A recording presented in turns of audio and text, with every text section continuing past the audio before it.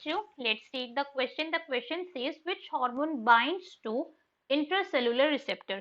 कौन से hormone intracellular receptor से बाइंड करते हैं? क्वेश्चन में हमसे ये पूछा है. So now let's start the question. सबसे पहले हम क्वेश्चन को सॉल्व करने का की कॉन्सेप्ट देखेंगे. की कॉन्सेप्ट. तो क्वेश्चन को सॉल्व करने का की कॉन्सेप्ट क्या है कि भाई हमें इंट्रासेलुलर रिसेप्टर के बारे में पता होना चाहिए. क्या पता होना चाहिए कि इंट्रासेलुलर रिसेप्टर कौन से रिसेप्टर है और इनसे अगर कोई हार्मोन बाइंड हो रहा है तो वो क्यों हो रहा है, किस कंडीशन के अंदर किस टाइप का हार्मोन यहाँ से बाइंड होता है.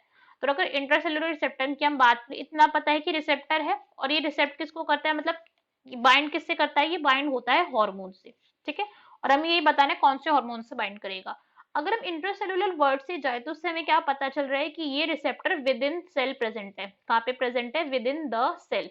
तो ये कहाँ पे प्रेजेंट होता है? सेल के अंदर. ये या तो प्रेजेंट होता है साइटोप्लाज्म के अंदर, साइटोप्लाज्म में होगा, या फिर ये होता सेल की न्यूक्लियस के अंदर. सरफेस पे नहीं प्रेजेंट है. ये कहाँ पे प्रेजेंट है? साइटोप्लाज्म के अंदर या फिर न्यूक्लियस के अंदर. तो हमें पता है कि अगर कोई भी रिसेप्टर इस टाइप का है, कैसा इंट्रासेलुलर रिसेप्टर है, तो उससे कौन से हार्मोन बाइंड करेंगे? स्टीरॉयड हार्मोन बाइंड करेंगे. Steroid hormone.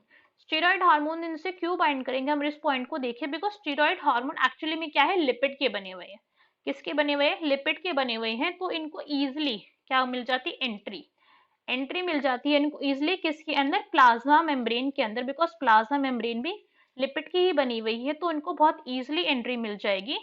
और फिर स्टेरॉयड हार्मोन जब सेल के अंदर एंटर कर जाते हैं तो फिर बाइंड कर जाते हैं किसके साथ? इंट्रासेलुलर रिसेप्टर के साथ. और फिर उसके बाद ये स्टार्ट कर देते हैं एमआरएनए सिंथेसिस, एमआरएनए ट्रांसक्रिप्शन करेंगे. फिर उसके बाद जीन बनेगा.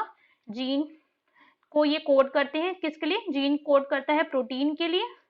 प्रोटीन यहाँ पे बनेगा और फिर प्रोटीन यहाँ पे क्रिएट करवा देता है सेलुलर रिस्पॉन्स. रिस्पॉन्स आ जाएगा जैसे भी चाहिए होगा सेल को अकॉर्डिंगली. ओके.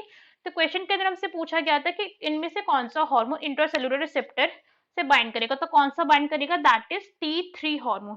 T3 हार्मोन जो है ये कैसा हार्मोन है? ये स्टेरॉयड हार्मोन है. कैसा हार्मोन है? ये स्टेरॉयड हार्मोन है.